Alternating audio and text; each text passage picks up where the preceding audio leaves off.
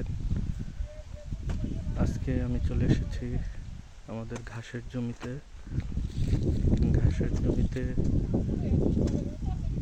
একটা চমৎকার দৃশ্য আপনাদেরকে দেখাবো। এই মুহূর্তে দেখতে পাচ্ছেন ঘাস, যে এই জমির চতুর্পাশের ঘাস কাটা হয়ে গেছে, কিন্তু এইখানে কয়েকটা ঘাস দাঁড়ানো অবস্থায় আছে।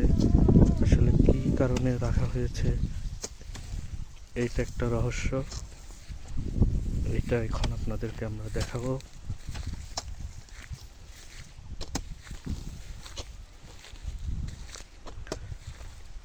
এইখানে আমরা দেখতে পাচ্ছি একটা পাখির বাসা।